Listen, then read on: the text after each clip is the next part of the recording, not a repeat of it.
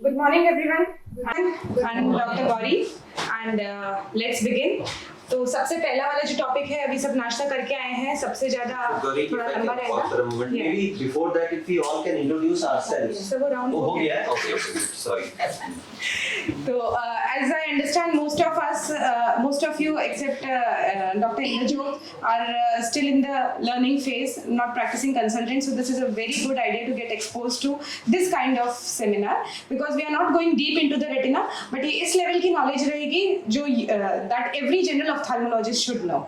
ठीक है? And let's begin. So 636 to 66. So this transition.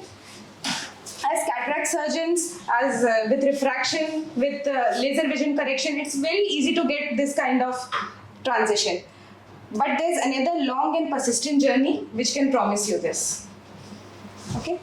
So a journey which may seem hard at first, but you keep injecting, you monitor the patient, and it might seem that you are seeing the results and you'll be happy with yourself, but again there will be recurrences. There will be ups and downs, but if you are continuously persistent, you might reach an equilibrium.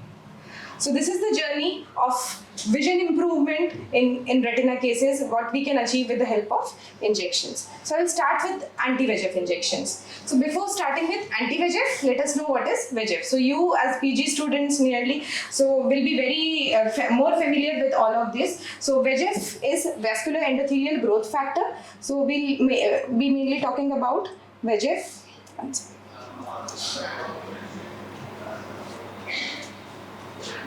So these are the VEGF molecules and these are the VEGF receptors. Mainly we talk about VEGF R12 and VEGF R2. These VEGF molecules attach here and they cause some intracellular signaling which lead to endothelial cell proliferation, neovascularization and vascular leakage. So what we need, and all these are pathologies that we see in diabetes and other vascular disorders. So these are the basic pathology. So we saw this is how VEGF works by attaching to the VEGF receptors, and this causes intracellular signaling which will lead to endothelial cell proliferation, neovascularization and vascular leakage. It's important to understand these three things because these will form the indications for injecting anti-VEGFs. So we need to know that other than VEGF-A, there are some other molecules like VEGF-B, PLGF, that is placental growth factor, and angiopoietin-2. So all these are also involved in this kind of pathogenesis. So there is a plethora of anti-VEGFs available in the market today, and I have just included the ones that we are currently using. So all of these are there. There are many which came and which are not being currently used. There are many which are being used overseas, not introduced in India, and many which we are not usually using. So what determines that what anti-VEGF we choose? That comes with practice, and it will be determined by how are you planning to give a patient better vision, which anti-VEGF will cause better drying, which one is longer acting, minimal side effects, and definitely in Indian scenario, the last factor has a major role to play, that is cost of the drug. So there are various factors why there are so many options available to us, like the drug potency, binding affinity, elimination, half-life, but for practical purposes, we'll just concentrate on the clinical targets. So clinical targets, we saw that just going back to that diagram of VEGFs, single target. So these three, bevacizumab, brolucizumab and ranibizumab, these are all single targets. We saw the VEGF-A. So these three are acting just on the VEGF-A. So these are single target molecules. And then we have dual target. Faricimab, the company name is, anyone? Vabysmo. Yes. Vabysmo. So this is a dual target because it acts on VEGF-A as well as, what is this? Angiopoietin-2. And then you have a multi-target one, that is aflibercept, also known as Eylea. And this targets VEGF-A, placental growth factor, as well as VEGF-B. So these are the different molecular targets of all the VEGFs. So once you inhibit these pathways, that will lead to inhibition of vascular permeability, angiogenesis and inflammatory response. So coming to the common indications, these are all very important, and I'll show examples from our OPD of each one of these. So obviously the first one is the diabetic macular edema. Then you have the wet or neovascular age-related macular degeneration, vascular occlusions which cause neovascular complications or macular edema. You have CNVMs due to other causes like myopic CNVM, traumatic, angioid streak, etc. Then you have neovascular glaucoma, and then there is a pre-operative reason why before any VR surgery 3 to 5 days before we inject. There are some other uncommon conditions. You can just from PG point of view you can take note of these. Some contraindications. So this is a very important point, fibrovascular proliferation threatening the macula. So one of the features of PDR is fibrovascular proliferation. Yes, we know that PDR, fibrovascular proliferation is a cause, and PDR is one of the indications for anti-VEGF. But you just see an OCT, you see some edema and you inject. You haven't checked the fundus clearly. Fundus, when you see clearly, just in the posterior pole you can see a fibrovascular proliferation near the macula. That is a contraindication for giving anti-VEGF. Why? Anyone? Yes, it can cause further traction and can further harm the macula. So it's always important to have a comprehensive checkup. Keval OCD dekh ke you can never treat a patient. Okay. Then you have any kind of ocular and periocular inflammation. Anti-VEGFs, this is common for any kind of intraocular intervention. Uncontrolled hypertensions, then cardiovascular and recent strokes. As a protocol here, any cardiovascular event 3 months before presentation to us, we don't advise anti-VEGFs to our patient. Okay? And known hypersensitivity to any of the drugs, and pregnancy and lactation. Definitely, pregnancy and lactation, we go towards steroids, intravitreal steroids if needed, and if that can solve the purpose, but not anti-VEGFs. Then adverse effects, most commonly what we see is subconjunctival hemorrhage. Then you have raised IOP and glaucoma. So for this previously, I have known that people used to do some AC aspiration and then inject. But a easier and better way what we are following here is just giving tablet acetazolamide pre-op, and we have never seen IOP spikes. So that is a very good protocol. Cataract, especially if you are in the beginning phase and there is a lens touch, that can cause cataract, and there is a very pretty fast cataract development if there is a lens touch. Then you have end-off, retinal tears detachments, intraocular inflammation and retinal vasculitis. Especially with brolucizumab, such cases are seen. So that also is a contraindication for giving brolucizumab, just that one. And then rare side effects, ma'am will be discussing about them. Some systemic side effects like myocardial infarction, TIA, DVT, pulmonary embolism and thrombophlebitis. So you have to be very careful whenever we are planning an anti-VEGF injection, cardiac history, because most of them will be diabetics and hypertensives, no doubt, if you are planning anti-VEGFs. Make sure the hypertension is controlled. Tell them to take all the medications around the time we are planning the anti-VEGFs, and any kind of cardiac risk, you can always refer to a cardiac person for clearance. Yes. Have you seen practically systemic side effects? Systemic, no. One case, but I don't. I've never seen. No. One case I had an experience, but I don't know who उससे कितना connected थी. The lady was around 90 years old, and I gave her ranibizumab, and she had a brain stroke after maybe 2 weeks or 3 weeks. Although there is the incidence is very very less, but फिर भी इसीलिए if the patient is 60-65 plus है, is on ecosprin, उसको कोई previous history है, थोड़ा risk तो है, but these are the still safer drugs. At least we shouldn't use bevacizumab. Avastin तो बिल्कुल नहीं use करना चाहिए. You can go ahead with these. Even antiplatelets ये बंद करना. हाँ, BRSI की guideline है कि आपको ecosprin बंद करने की जरूरत नहीं है before antiplatelet. But we usually practice then बंद करना चाहिए. I practice generally क्योंकि वही practice है, तो ecosprin भी 1 day before बंद करते हैं. Safer है. नहीं तो subconjunctival bleed otherwise भी होता है, तो वो थोड़ा सा और incidence हो जाता है. Do you need a patient clearance always? No, cardiac clearance sometimes if the patient is If the patient systemically is a known patient and very systemically unstable. We had the dialysis वाला patient also. And generally cardiac clearance भी अगर patient का कुछ भी 3 months की as Dr. Gauri told, तो 3 months में तो वो clearance वैसे भी नहीं देते, even for anti-VEGF भी नहीं देते, क्योंकि most of the patients stenting के immediately बाद उनको ecosprin start हो जाता है. Those patients are diabetic, they will come within a month or so with massive vitreous hemorrhage, and actually you cannot do anything about it. तो ma'am प्रोपेडोग्राल की 1 day before या 2 3 days. वो actually 2 days 3 days पहले बंद करनी पड़ती है. like हम जो कैटेट सर्जरी. हाँ, वैसे. ठीक. Anyone? Raise your hands. I have the chocolate ready right now. जल्दी बताओ बिना फोन देखे. Big up Kenny. Correct. सही जवाब. Thank you. So the question is FDA approved anti-VEGF. Okay. We have many FDA approved anti-VEGFs. First one was Macugen or Pegaptinib. Then you have Ranibizumab, Aflibercept in 2011, Brolucizumab, and the latest one is Faricimab in 2022. What we need to know is this one is Bevacizumab Avastin. Is still not FDA approved. So it's a very good idea to attach an extra form if you are planning to give this. You have a protocol of attaching an extra form which mentions that it is not an FDA approved drug, but still we are injecting. We are talking about US FDA.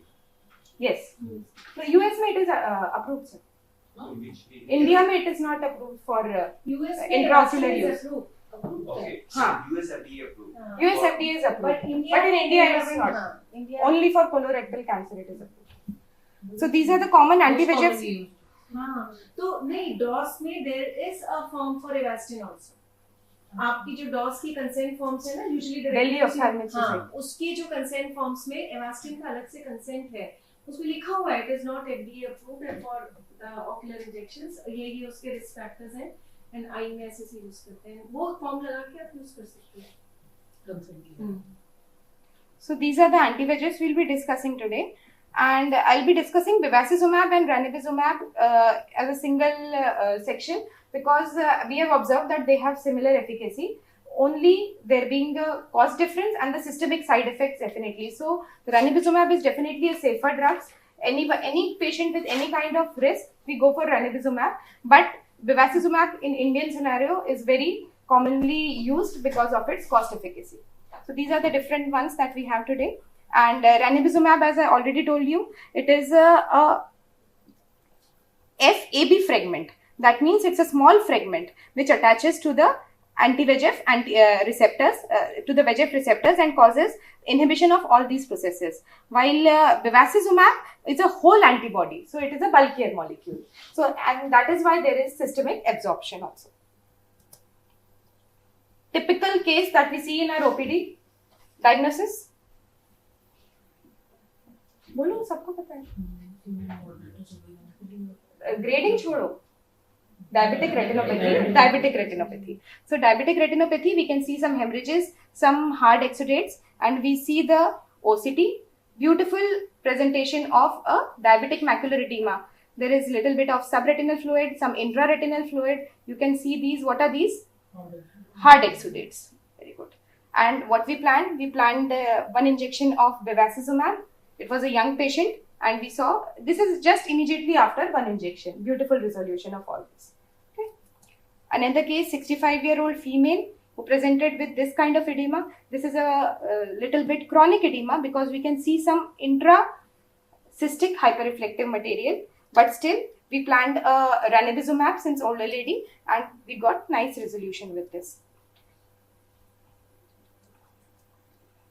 Another indication, BRVO with macular edema. So this kind of edema is typical of BRVO. You must all have seen, restricted to one side, and this kind of so these edemas respond beautifully to anti-VEGFs.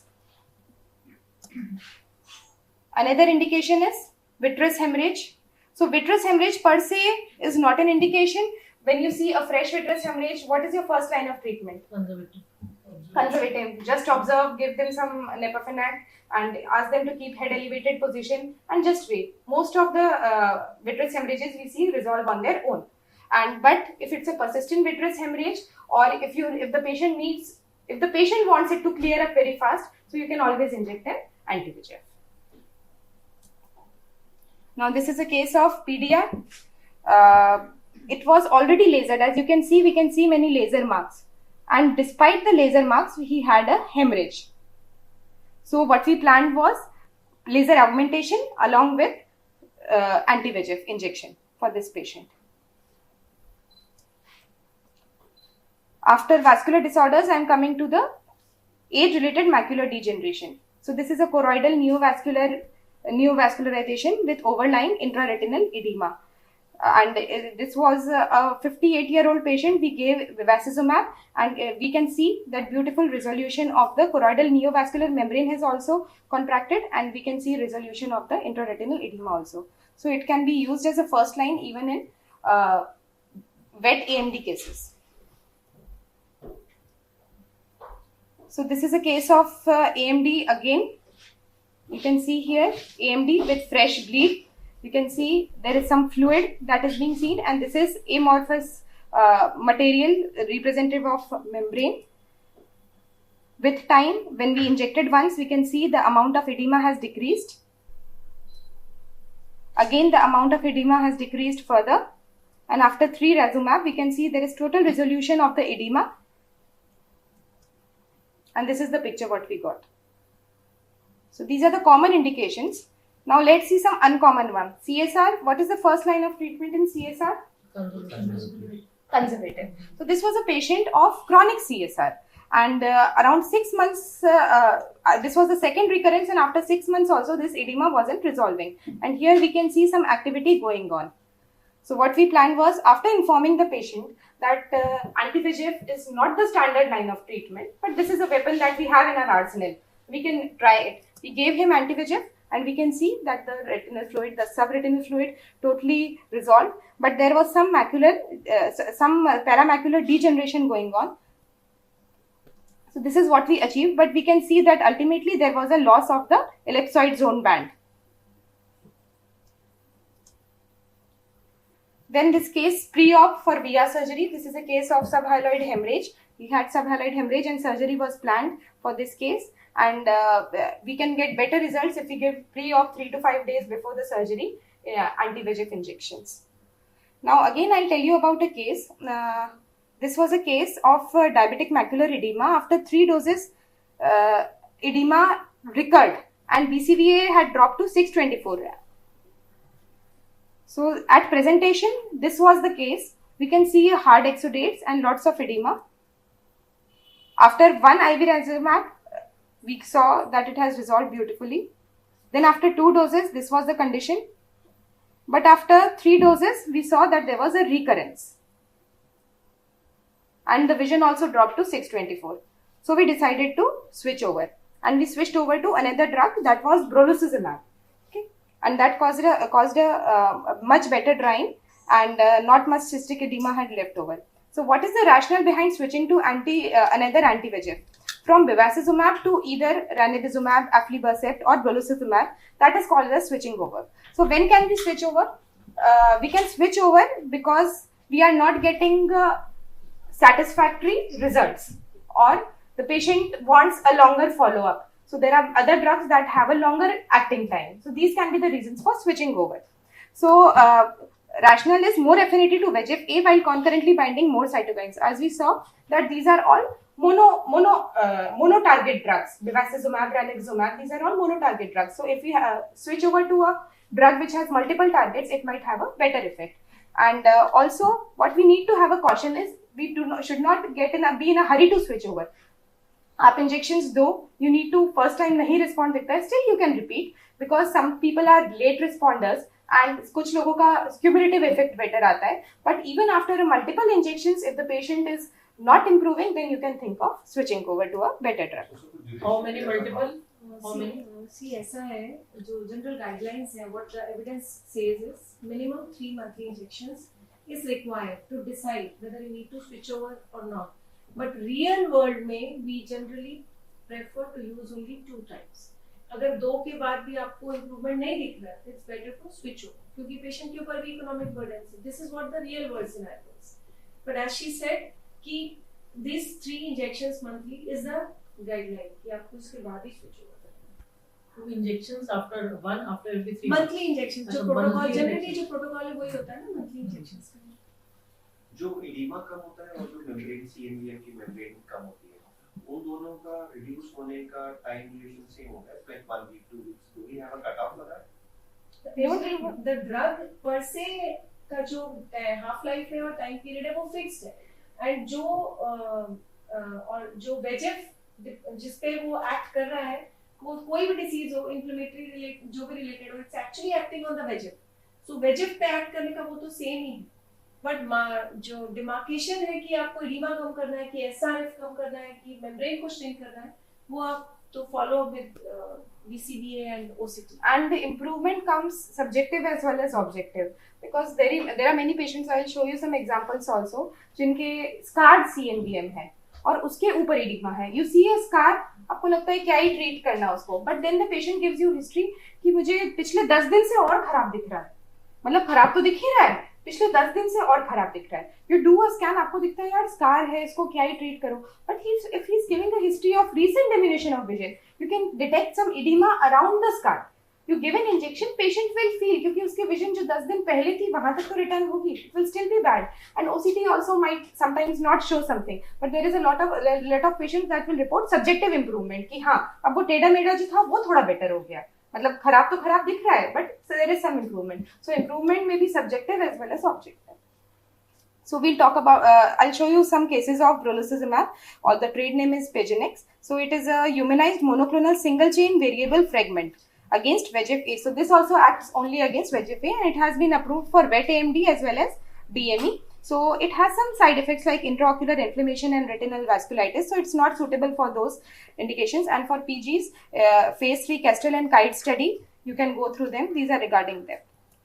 So I'll tell you this case. This was a 57-year-old female with who had DOV since 1 month, and BCA was 618, and she was complaining of metamorphopsia. So you can see this is a beautiful case of wet AMD. Here you can see that orangish demarcation, and here we can see the membrane occurring along with some fluid. And when we did an OCTA, we can clearly make out the membrane.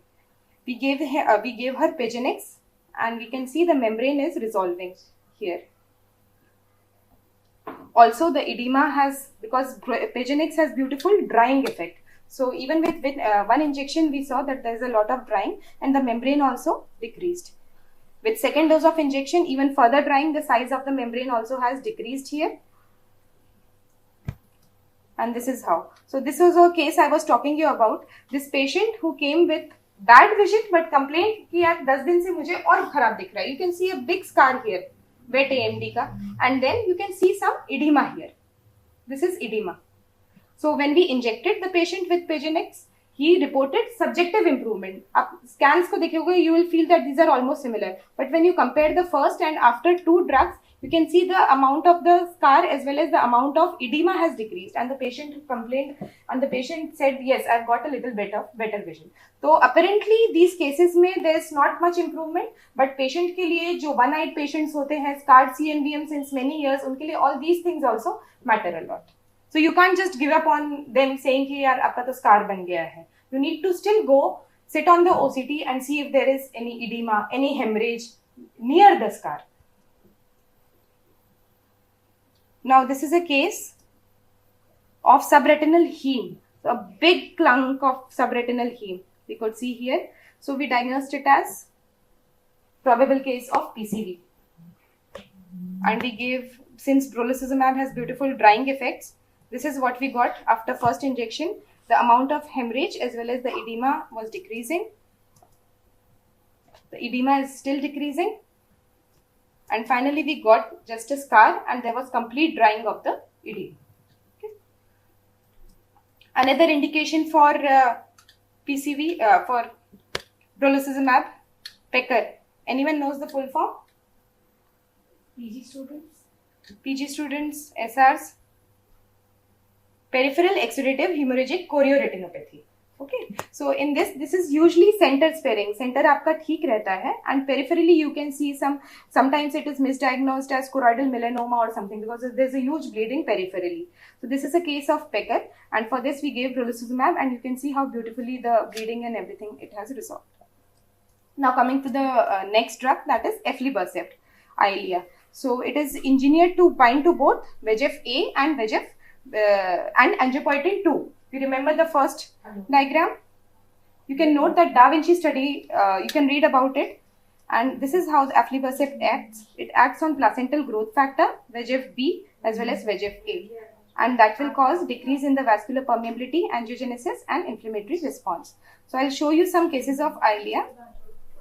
So Eylea Previously, now the cost has changed, but previously, because of the cost factor, not many patients opted for it. But it is a beautiful drug. For some cases, it should be the first line of treatment. What cases it should be the first line of treatment? Aflibercept is used as the first line of treatment for cases of PCV. So this was a case of PCV.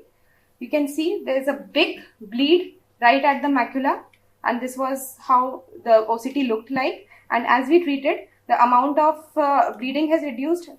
We are left over with a small scar. So this is the other eye, not the same eye, which had already a scarred CNVM.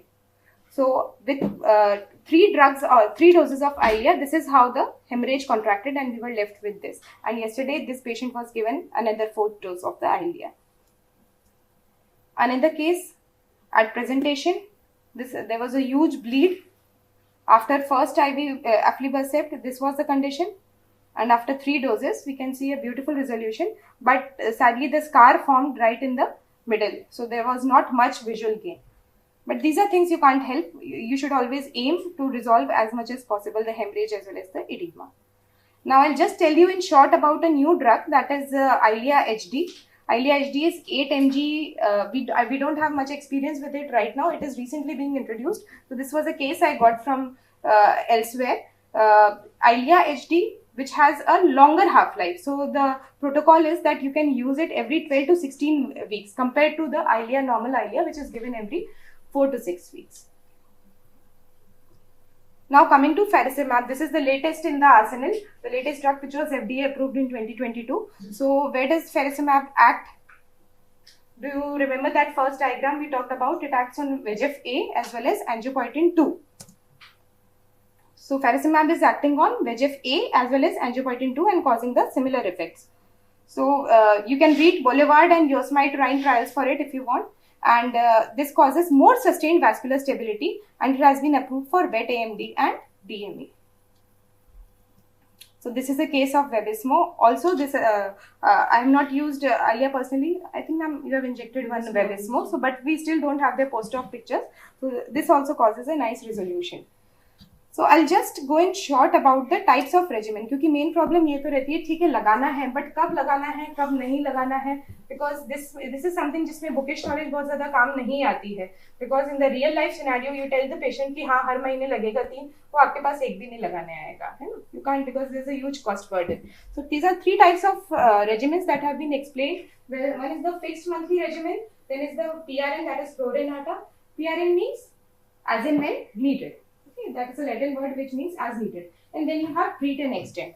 So talking to you first about the fixed monthly regimen, it's actually not very practical. आप आते ही patient को बोल दो कि भाई इतने injection तो लगेंगे ही, and then it causes a huge economic burden and risk of infection. The more you keep on injecting, obviously there is a lot of risk of infection, and it's very time consuming for the doctor also to keep injecting every patient monthly. So what we follow here and what I've seen most of the people following in the Indian scenario is pro rata. It's a beautiful regimen in which what you do is you see the patient, you see the disease, and you inject the patient. But you call the patient every month. You call him every month for injection. कि injection से 1 महीने बाद आपको वापस दिखाना है. Again you do an OCT. You see जरूरत नहीं है. Don't inject. Okay. You call the patient every month, but only inject when there is a edema. Only inject when there is a need. So this is a very good regimen, pro rata. So this can be easily followed in our scenario. And then you have another type of regimen, that is treat and extend. In this what we do is we give 3 fixed monthly intervals till stabilization is achieved. उनको बोल देते हैं कि भैया आपकी बीमारी है, आपको 3 इंजेक्शन तो लगेंगे, फिर देखेंगे. So what we give is जैसे ही edema दिखा 1, 2, 3, 4 हमने देख लिया. Okay, now the disease is stabilized. Now we keep on extending their visits. जैसे 1 month में लगाइए, then you call them after 6 weeks में भी अभी भी ठीक दिख रहा है, you can slowly increase to चलो 8 weeks में आना. And whenever you see कि ठीक है, और फिर 8 weeks में 6 weeks आने के बाद अब इंजेक्ट करेंगे, 8 weeks आने के बाद फिर इंजेक्ट करेंगे. So that is treat and extend. You don't wait for the edema. आपके दिमाग में एक शेड्यूल है कि हम पहले मंथली करेंगे और फिर थोड़े ज्यादा गैप से करेंगे. That is treat and extend. So the main difference between both these regimens is PRN is reactive. You react when you see an edema. While TAE, that is treat and extend, is proactive. आप treat करते रहते. You don't wait for the edema to come and फिर हम treat करेंगे. ठीक है? इसमें रुकना कहाँ है बताइए. treat and extend में Extend होकर के आपकी जो डिसीजेज हैं इंजेक्शन वाली उसमें कौन सी डिसीज ऐसी है जिसमें आपको रुकना होगा? You can never promise the patient कि खत्म हो गया काम. Scar जब बन गए that is enough, but then also you keep on following patients for 2 years. But treat and extend is as she said, 3 injections के बाद 2 monthly लगाएंगे, फिर उसको 4 monthly कर देंगे, फिर उसको 8 monthly ऐसे करते हैं. In between scar हो गया तो then it's okay. हाँ. But you keep on, you have a fixed plan. Patients लगवाते रहते हैं अपना. ये तो PRN ये आपने सिनेरियो में कम है, but US वगैरह में this is the regime which is being followed. Treat and extend. So I'm just showing you an example of a patient in which we followed PRN. You see, we started treating him in 2024, and almost right and left both eyes were affected. This patient came with this. Which stage of diabetic retinopathy is this? Yes, Dear. PDR. Because you see a VH. So what will you do? Do you give injection immediately? We don't give injection immediately. Once we see a VH, we wait for the VH to resolve, and immediately जितना भी area दिख रहा है, you can laser it. So that is the first line of treatment. If macular edema is there, then Yes, exactly. वही बात पे आ रही हूँ मैं. Macular edema is there. तो इसलिए we plan to inject also. हाँ.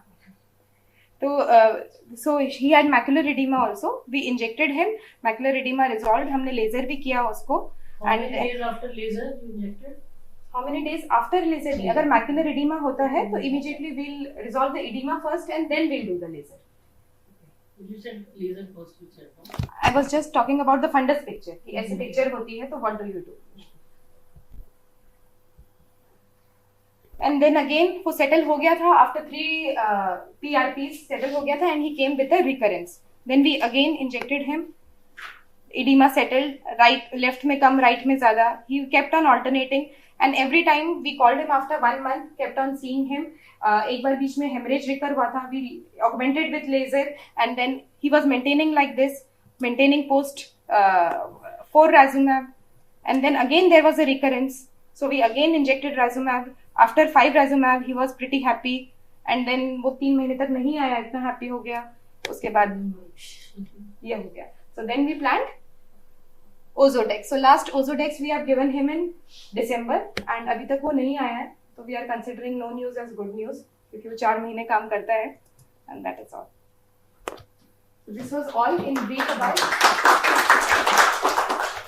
anti-VEGF, and if you have any doubts, we can discuss right now. next part now, that is intravitreal steroids. So anti-VEGF हो गया.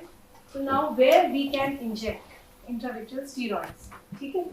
Most of the indications will overlap, but only difference is why we chose this over anti-VEGFs or why we use even if we were available with anti-VEGF. So the common indications are inflammatory and non-inflammatory. See, indications have been divided like this, but actually जो steroid है उसका action तो inflammatory mediators पे ही है.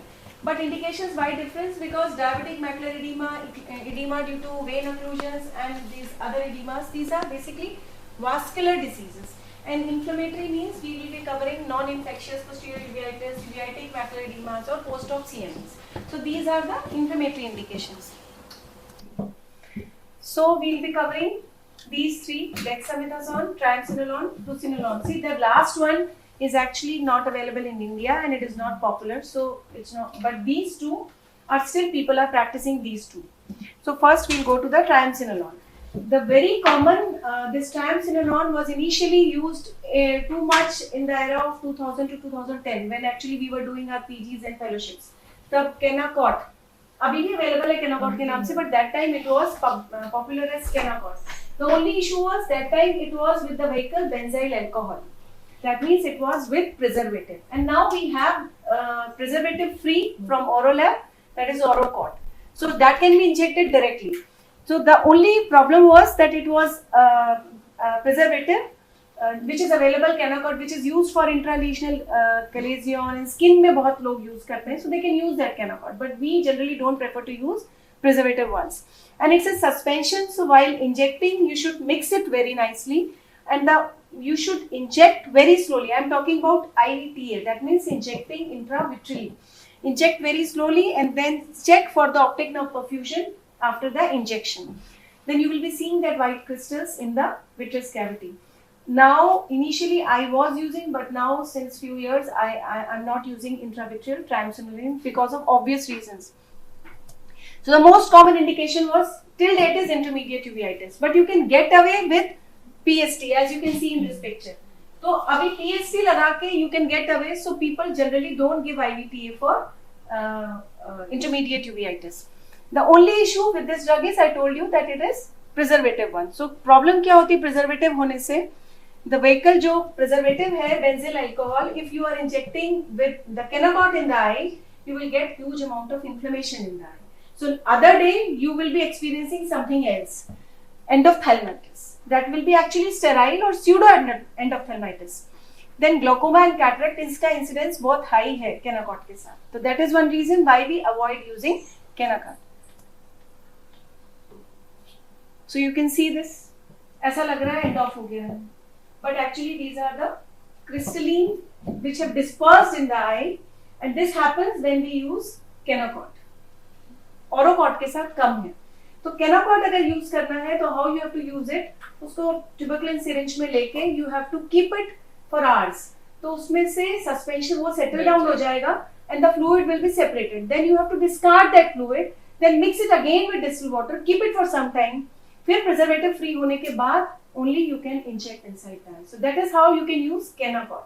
But Kenacort जब आप ऐसे inject करते हो, you are not sure whether you are injecting full dose or not. The dose may be compromised in that. So इसलिए काफी we use very less. This is the commonest which general nowadays it's being used very widely. That is dexamethasone implant.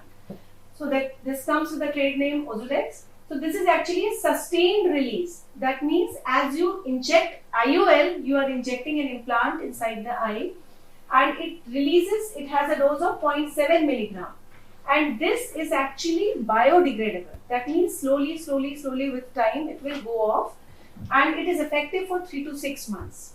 And as a corticosteroid, I told you that it is acting on the inflammatory mediators, that is cytokines. तो जो आपके सारे anti-VEGF हैं, they were covering on all the VEGF and the cytokines were left. So cytokines जो है वो they are inhibited by these corticosteroids. So that's how it acts. So this is how it looks. You can see this white inside, and that's how it looks. So once you inject, you can see it floating inside the eye. And the other day you should try to find out, because there are incidences you inject and it actually lies there only in the plane where you have injected. It didn't came into the vitreous cavity. It will act, but वो that ciliary sulcus वाला जो space है pars plana वाला, it is retained there only sometimes, and you are finding you are not getting it. So don't be scared that it is not there because it will act. But वो वहाँ पड़ा है तो थोड़ा risk रहता है traction का and breaks का, peripheral breaks का. So you should try to find out inside. And when you are injecting this drug, we'll be having wet lab of it also. But when you are injecting this drug, your bevel should face down, but not straight down, so that it doesn't go and straight hits the posterior pole. Although it will not hit because the vitreous is there to support, but still that is the practice we should do. So you can see this implant in various stages. See, this is fresh. This is 2-month-old, and this is 4-month-old. So this is how it slowly it will go off. So there are some studies. Why these studies were done? Because people were scared to use, because they were using triamcinolone and having so many side effects. So there were some studies, and they said that the glaucoma, even if it occurs, the ocular hypertension, even if it occurs, it is well controlled with the drugs only. Very less incidence that patient may require TRAB, and I haven't seen in my hospital since 6-7 years we have been using that there has been any TRAB or any glaucoma surgery done for implant patient. And why this drug came into vogue? Because ranibizumab was, people felt that is ineffective, we needed something else. So people used to practice IVTA with ranibizumab, Avastin with IVTA. So this was a practice, and till date people practice this for diabetic macular edemas, that you inject both of them together inside the eye for diabetic macular edemas. So isliye there was these trials to see ki we need another molecule. Why we need another molecule? To suppress some more mediators which the anti-VEGFs are not being taken care of. So now coming to the indications. So I told you first that is the non-infectious posterior uveitis. So there are so many studies which have been done for posterior uveitis, like serpiginous choroiditis, AMPPE, birdshot choroiditis. In all these indications, we can use intraocular steroids instead of giving oral steroids. See, both of them are going to act. If you are going to give oral, you need not give this. But if you are sparing the patient from oral, this is one choice, because these patients actually need to be added on many other drugs like immunosuppressants or anti-TB drugs. So there is a lot of burden on them to have oral medications. So that is one place where you can use intraocular steroid. So we'll be sharing one or two cases. Like this is one lady, 40 years old female, doctor by profession. So she came to me with DOB since 2 days, and this is what she looked like. There was a granuloma just at the posterior pole that you can see at the B scan also. This is how the OCT looked like. So she was TB Gold positive, MON2 positive. There is a raised choroid, so that means it was a choroidal lesion. So we, since she was TB Gold positive, MON2 positive, so we started her on ATT. And with ATT, we need to start her on oral steroids also. But oral steroids were giving her too much of bloating and side effects. So we switched on to intravitreal Ozurdex for her. And this is how she responded. So with ATT 9 months course, which she has to do because we need not want recurrence of the disease. This is taking care only of the inflammation in the eye. But the pathology has to be treated, which is being treated by the ATT. This is another patient, 27-year-old female. So she came with diminution of vision, right eye and left eye. No systemic history, systemic investigations were done. So this was the OCT picture. Can anyone tell me what is it? VKH. Correct. So this is VKH. Why? Because it's like multiple pockets and the distorted RP picture. So this is typical VKH. So we gave her 3 IVMP, 3 doses followed by systemic steroids, and then started her on Azoran. So she, after 2 months, this is how she looked. But then she had a recurrence in the left eye. But she was already on Azoran and she had a recurrence. But now what I decided, maybe I will add on steroid again, or I will increase the dose of Azoran. Azoran generally we start as 50 mg OD, then 50 mg BD, and we can go up to 100 mg BD. But incidentally, she discovered that she was pregnant. And that was her precious pregnancy after 8 years of her marriage. So we need to stop the immunosuppression. If we need to stop the immunosuppression, we can't start steroid at that stage. The only option left was intravitreal steroid. So she recovered with it very nicely, and now this is like she is maintaining BCVA 6/9, and this is her picture after 3 years of follow-up. Now she is on follow-up, and after her pregnancy, everything lactation, she didn't recur actually. So now you can freely start her an Azoran or whatever. But then that was the reason why he switched her to intravitreal Ozurdex. Again, this one young male, 45-year-old male, and he was pseudophakic in one eye. The eye which was pseudophakic, he had pseudophakia with vitreous flares in cells and this type of edema. Although he was diabetic, but this type of edema he had in the eye, right eye. Left eye was okay. So you see, this is typical cystoid macular edema with some neurosensory detachment. And the only thing which favored for intravitreal steroid was he had that vitreous flare also. So that means inflammatory component was more in this diabetic patient. So we thought of giving intravitreal steroid. So this is after one Ozurdex. There was a recurrence. Again, you switched on to another Ozurdex. So this was the vision on 6/18. He was doing 6/18. The other eye we injected anti-VEGF because there was no inflammatory component. So we thought he will get away with anti-VEGF nicely, and he did well with other eye also.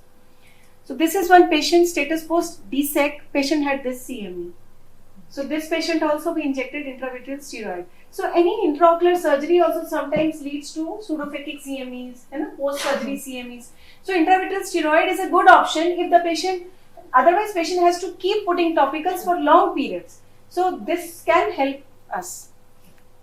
Now coming for DME. So we have discussed so much for DME that we can give anti-VEGF, and till date, anti-VEGFs are the first line of treatment for DMEs. But then what was the reason why we need to give steroid? So see this patient, lot of hard exudates, and centrally involving macular edema on OCT. So this is actually a typical picture where Ozurdex can be a first choice. This is the neurosensory detachment. You see so many retinal bridges, and then these are hard exudates.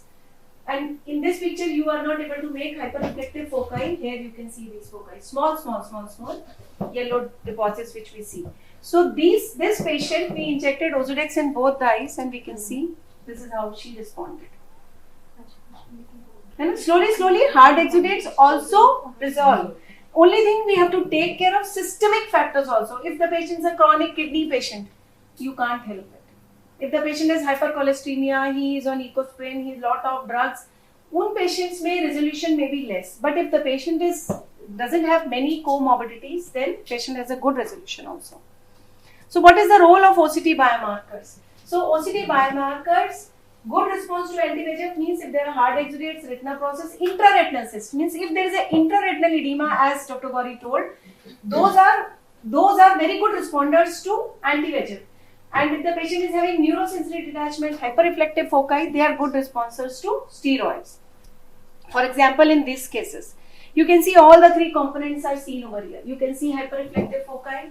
Here you can see this hyperreflective foci. These are all because they don't have any shadowing. This hard exudate because it has a shadowing. So these patients have good response to steroids. So you can see here.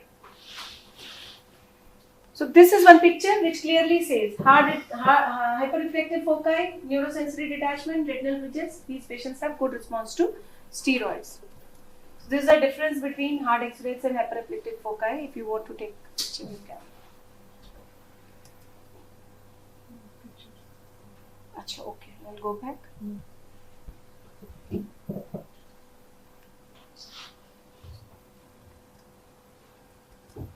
So current evidences which say where we can use Ozurdex as a first line.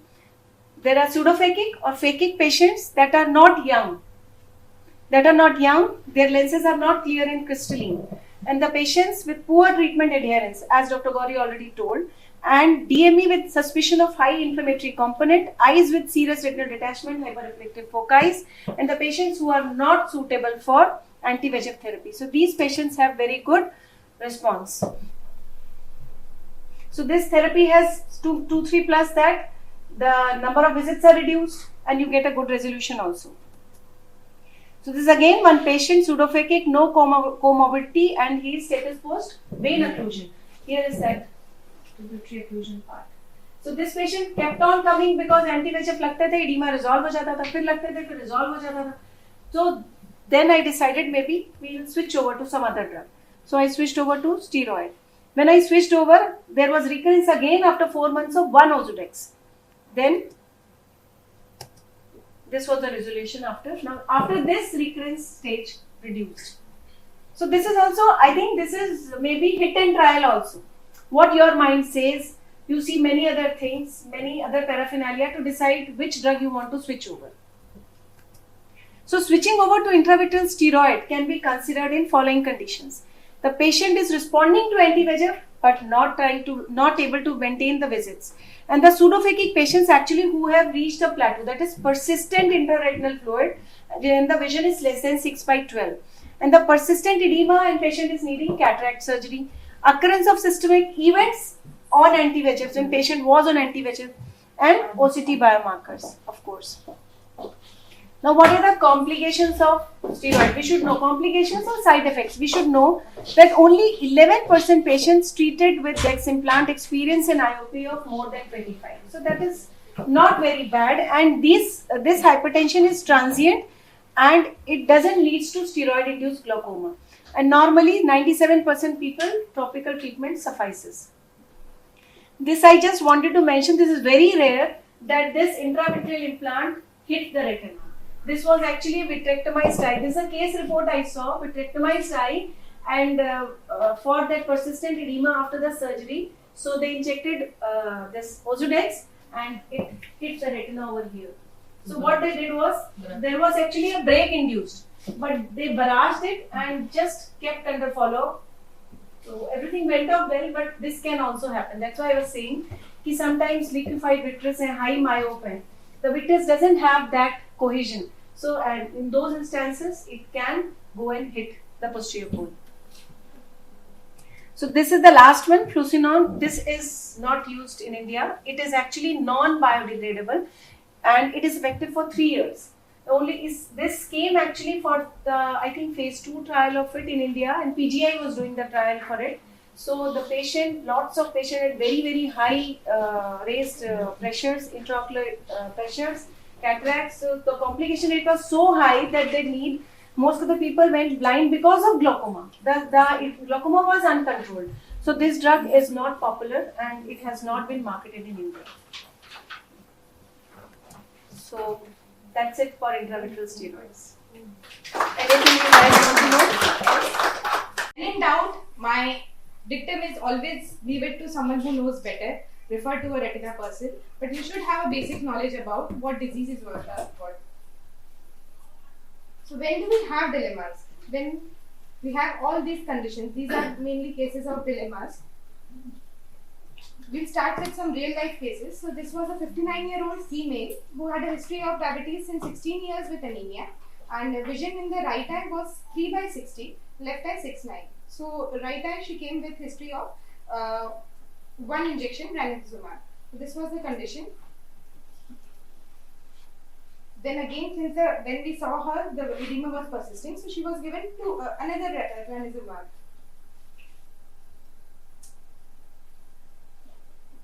And this was the condition after 2 injection ranibizumabs and 1 Ozurdex. We can see that there is absolutely no response. And so what next to do? So why was there no response and what next to do? Anyone? So again, I think we'll take many chocolates today, Dr. Parveen. So the answer is disorganization of the retinal inner layers. So there are so many markers that we can see here. First, we saw that some patients get. I haven't started. Okay. Some patients could give good response in presence of bridging processes. What are bridging processes? ये जो आपको cysts दिख रही है, तो दो cysts के बीच में these lines, these are called as bridging processes. That means there is some remaining neural processes.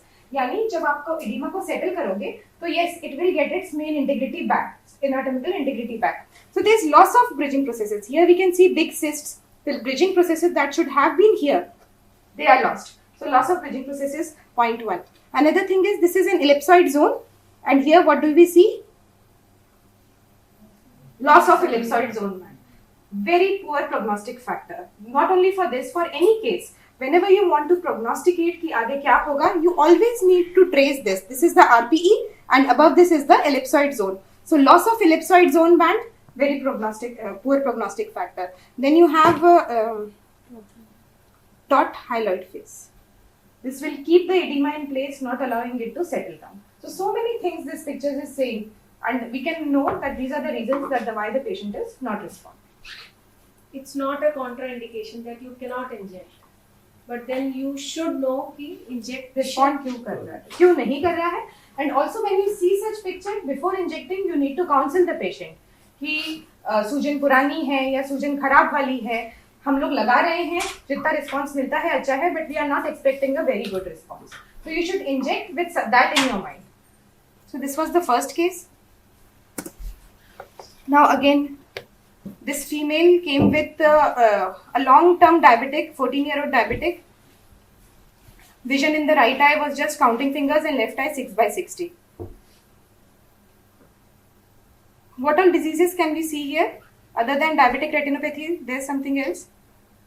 Hypertensive retinopathy, a prominent component of hypertensive retinopathy. And in the right eye, we can see a very prominent component of hard exudate plaque. So when you see such plaques in your practice, what do you suspect? The patient has a deranged renal status. He must be having some other comorbidities. Okay, so we need to look at the patient as a whole and not just the eye. So this was the OCT of the right eye where we can see this huge plaque, and this is of the left eye. These are the questions we have now. What to do? Whether to treat or not treat, and which eye to treat. Any suggestions? Left eye you will treat. What will you do in the left eye? Intravitreal injections. Anything else you want to do for the eye? Avastin start. Vaccine start नहीं. Atorvastatin. हाँ. You want to say oral? Yes, ma'am. आप बोले थे ना. Atorvastatin. Atorvastatin. Correct. That is the answer. Sorry. So that was the main answer. So you need to counsel the patient, show him the picture, tell him चर्बी का थक्का जमा हुआ है बंदे पे. So even if we give injection, what we can deal with, what we can resolve is this overlying edema. But this plaque will prevent the patient from getting a very good vision.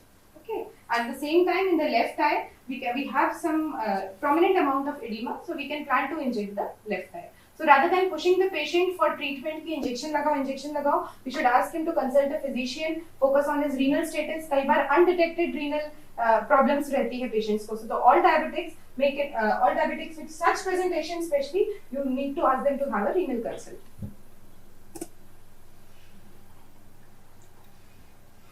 On diagnosis, anyone? PGs, especially people from. कुछ दिख रहा है? हाँ, track है. So this looks like a. Post graduates के लिए अच्छा है. Describing a fundus picture, you can describe it as a fundus picture.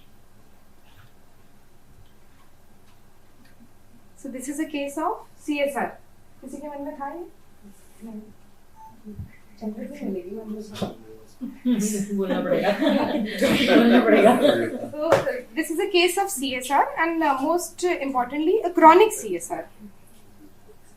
So sometimes CSRs when recurs over a time and chronic CSR may give you such a picture. So along with CSR, what can we see here is some kind of degenerative process. This is the fundus picture. We can see, OCT picture. There is a big cystoid degeneration. When we did FFA for this case, there was no leakage, so it wasn't an active CSR. But such cystoid degeneration, along with what do you see here? Something I told in the last picture, which will ellipsoid zone band loss. So you trace the ellipsoid zone here, and you see that there is a loss of ellipsoid zone band here. Whether to inject or not, CSR in anti-VEGF is not the standard line of treatment. But in such cases, since you see a cystic space, patient might be injected, but he will not get a very good vision. In this picture, where you have seen the CSR fluid thing? No, this Chronic is also CSR. the picture where SRF has gone absorbed. This is how he presented to us actually.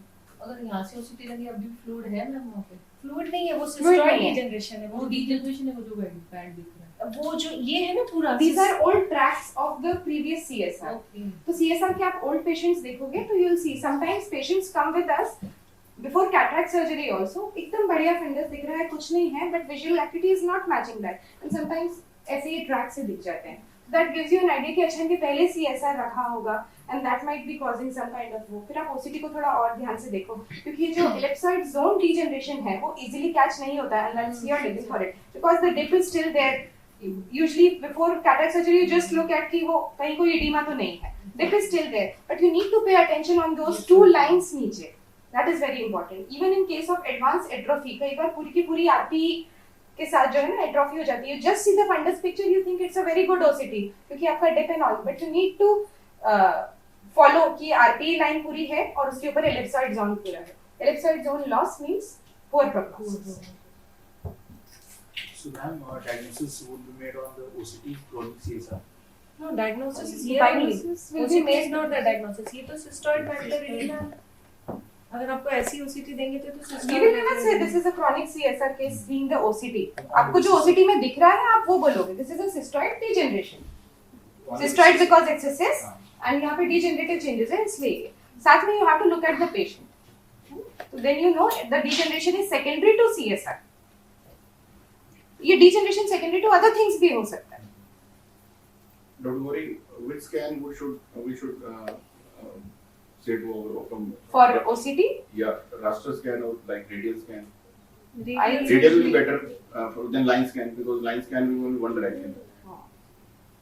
So mainly when we are seeing mainly retina patients only, and we need to pinpoint the pathology, we are always doing radial scans only. Yes, macular cubes just for screening because it's quicker and you get both the eyes in the single picture. So for cataract screening, macular cube is a good imaging. But for a retina patient, and if you are monitoring the edema ups and downs, any pathology, I think radial scan is the best scan. So we'll inject under guarded purposes. You can, you might leave whatever. If the patient is like, usually CSR के young patients होते हैं, बोलते हैं कुछ तो करो, कुछ तो करो, कुछ तो करो. तो एक्टिव एडिमा है ना. हाँ, but he will not gain vision after Because injecting. VGO Edema you can continuing treat. है ना. Something has to be done. You do it. ये चले जाते हैं, सिस्टिक स्पेसेस चले जाते हैं, थोड़ा सा सिम्टम लेबोफेनाक स्टार्ट किया, कुछ किया. CSR CSR का वैक्सीन वेनिंग केस वैसे भी रहता है, but prognosis पूरा हो गया उसका. ऐसी स्टेज हो गई तो फ्लूइड एक्टिव तो नहीं होगा, वो चला जाएगा बस एक तरीके. So this patient actually he is a 35-year-old male. He came to me from Kashmir and उसको कहीं और इंजेक्शन एडवाइस किया हुआ था. He came to me just with the OCT, dilate भी नहीं होना चाह रहा था. तो OCT तो कहीं और का मजेदार नहीं था, मैंने कहा कि मैं डायलेट करके देखूंगी. This was the picture. Any idea about diagnosis?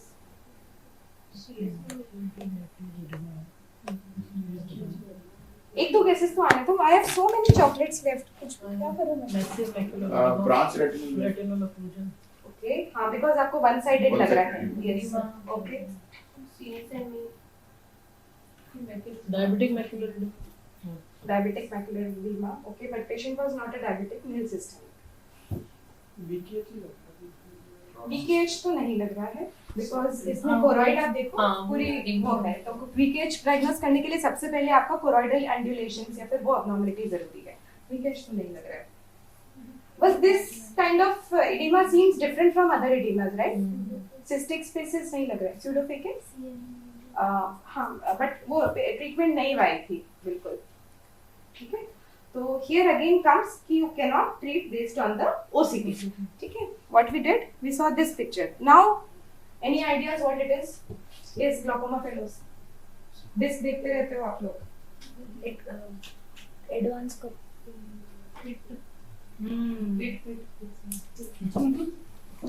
So this was an optic disc maculopathy.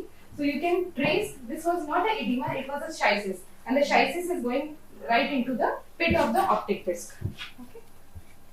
So this is a case of schisis of optic maculopathy. Anti-VEGF alone would not have helped क्योंकि इसमें anatomical problems है. कैसे manage करना? तो इसकी surgical है, but एंटी-VEGF को respond कर जाते हैं. I have seen, we have been seeing that patient. और recover भी हो जाता है. लगाए हैं किसी ने एंड उसकी दो OCTs में डिफरेंस था. हालांकि इसका उससे कोई कोरिलेशन नहीं है. But the only thing is what I thought is maybe that pump activation और something which has helped the fluid to get absorbed. Otherwise कोई एक्सप्लेनेशन नहीं कि वो कैसे उसको रिस्पॉन्ड कर. इंट्रारेटिनल एडिमा पार्ट है, वो भी थोड़ा कवर. हाँ, वही मैंने आपको बोला कि वो वही कुछ बात एब्जॉर्प्शन कर में. रहे हैं. हाँ, क्योंकि पैथोलॉजी तो नहीं ट्रीट कर सकता इंजेक्शन से. So even if you treat, you should treat with the knowledge that for what you are treating. Okay. Take home message was that.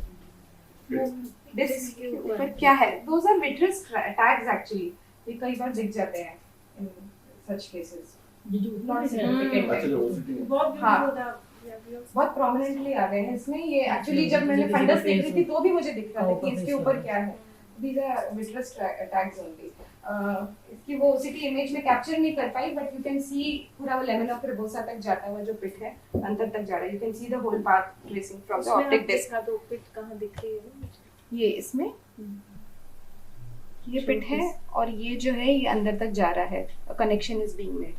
So optic disc maculopathy with schisis, and there's a different appearance also. I feel this does not give you a feeling of a macular edema.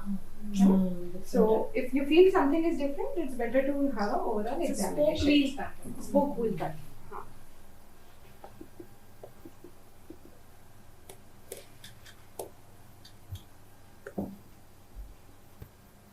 So this is a case of BRVO who received good remission with injection Razumab and had a recurrence, but So this was a case of VRVO, as we can see, with one razumab resolved nicely, and then again had a recurrence. Then again we injected, and this is how the patient was maintaining. But we saw that even after injecting at this stage, the vision was not improving. We saw the OCT has improved, but the vision is not improving. Now I think everyone can guess why the vision is not improving.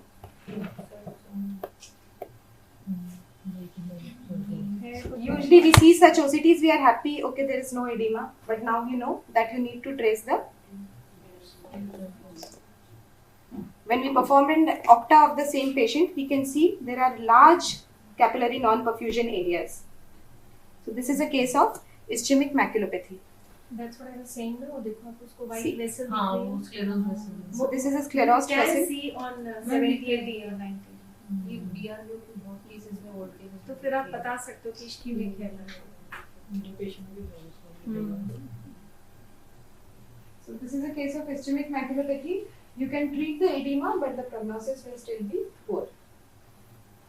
Ma'am इसमें sectoral Laser Laser लगाया चला जाएगा। है, हाँ, करा हुआ है. इसके बाद उसके बाद तो उसको ट्रैक्शनल आरडी भी हो गया, उसकी सर्जरी भी हो गई, ऑयल भी डल गया, ऑयल निकल भी गया, इसका तो पता नहीं क्या क्या ही हो गया. fractional RD की और vision वो पे जहाँ क्या? पेरिफेरी Bleed हुआ में क्या? ये पेरिफेरी में जहाँ तक जा रहा है ना, हाँ, वहाँ उसका वो था प्रोलिफरेशन था. मतलब और- अगर टाइम से sectoral laser नहीं किया सेक्टोरल लेजर तो किया हुआ था, वो 10, ड्राई 15 साल बाद है. हाँ, ड्राई था. So a patient ma'am actually 3 years बाद आई थी. After our initial sets of ये सब injections, she returned after 3 years with this ischemia. Ma'am इसमें एक और है ना इंजेक्शन हम BRVO में ये angiogenesis prevent करने के लिए भी तो लगाते हैं. लगाते हैं. Not only for the edema, not only for edema, for to preventing anything. But वो injections का effect is only for a month or so. हाँ. They have a half life. तो But the BRVO per se has an ongoing thing. वो तो चल ही रहा है ना, non perfusion तो perfuse नहीं होगा. It's not going to sectoral perfuse. fear Yeah, basically yeah. is So you can. Otherwise you have to keep the patient for follow up. Otherwise every patient doing sectoral laser is not a good idea. No, वो तो unnecessary you are giving that field and all loss. So if you can follow the patients of BRVO, that is the best thing. But अगर ऐसा लग रहा है जो छोटा नहीं सा आएगा, front नहीं दिखता कभी पेरिफ्री तक फ्रंट जाता ही नहीं कभी BRVO का. इस केस में आप इसका इतना पेरिफ्री नहीं है. ये तो ये दिस इज जस्ट 120 इसके जस्ट उसको ऑब्जर्व करो और जब लगे कि edema स्टार्ट हो रहा है देन यू इंजेक्ट. edema में तो आप कर रहे हो. We are talking about neovascular. And every BRVO patient doesn't goes to neovascular. वो मैं देखा एक follow up आया था 2 years somewhere else treated and he was like totally normal. उसकी हाँ. पहली picture देखी, it was a bad like whole hemorrhage. Sometimes you don't even realize उससे after कुछ भी so नहीं many कराया, years. फिर भी हाँ. Laser should be done if you see the neovascular form. Yes, if you've seen for CNP, there is no guideline that you should do laser Okay. till date. But अगर NV है तो करना. तो करना.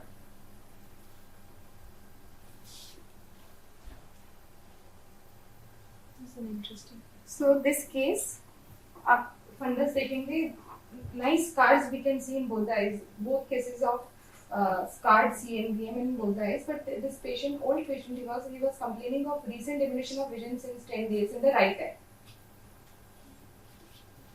You see the OCT, you don't feel like doing anything about it because there's a big scar here. But again, as I said, the patient complained of recent diminution of vision. So recent diminution of vision means that we can do something about this edema. Edema. So that must have caused the recent diminution of vision.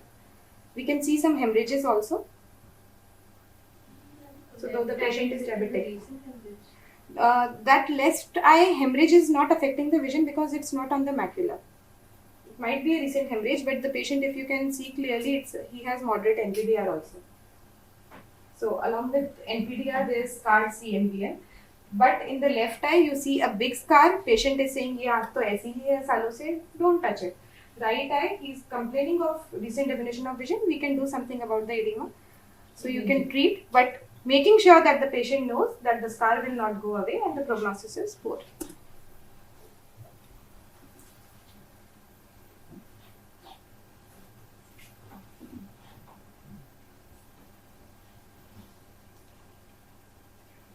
So both of these images are of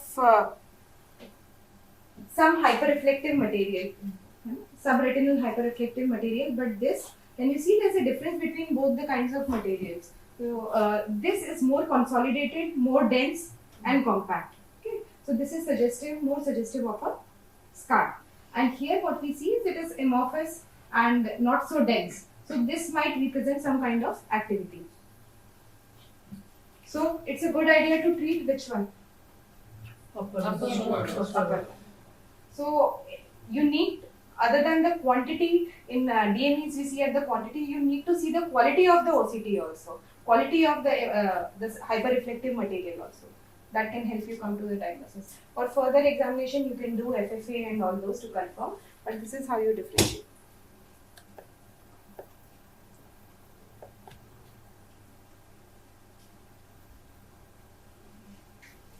I want an answer with some kind of logic if anyone can give. Not you, Asta. Yes, anyone please? Side wale. B. B. Ma'am, B. Okay. With Answer. Why? prognosis is good Prognosis is good. because of the continuity of the retinal layers. We can see here. There is no continuity. Anyone The else? gap is there. Anyone else? Neurosensory Okay. some fluid device. Side वाली रो से कोई question मेरा जवाब anyone